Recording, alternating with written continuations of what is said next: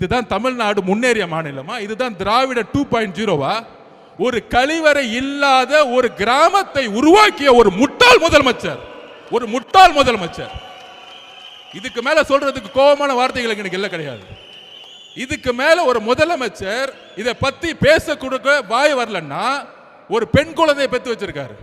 அப்ப 12ஆம் கிளாஸ் குழந்தை காலையில எந்திரிச்சு காலை கடனை கடக்க கூட முடியாத வெளியில ஒரு கழிவறை அற்ற ஒரு மாநிலம். அது நம்ம என்ன பீகார்ல இருக்கிறோமா, யூபியில் இருக்கிறோமா? கழிவறையே இல்லாத ஒரு மாவட்டமும் கழிவறை இல்லாத கிராமங்கள் எத்தனை இருக்குன்னு முதலமைச்சருக்கு தெரியுதா இல்லையான்னு தெரியல.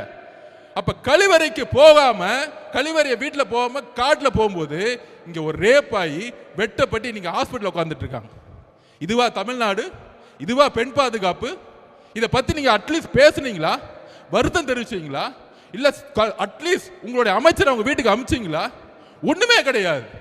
எல்லா செய்தி நிறுவனங்களும் வாங்கப்பட்டுருச்சு. அதை பத்தி பேசவே கூடாது, விவாதம் பண்ணக்கூடாது. ஒரு ரேப்பாச்சு டெல்லியில ஒட்டுமொத்த இந்தியாவும் கொத்துச்சு. ஆனா தமிழ்நாட்டில் இருக்கவங்க இதை பத்தி பேசவே மாட்டாங்களே. என்ன பண்ணிட்டு இருக்காங்க? கூட்டணி.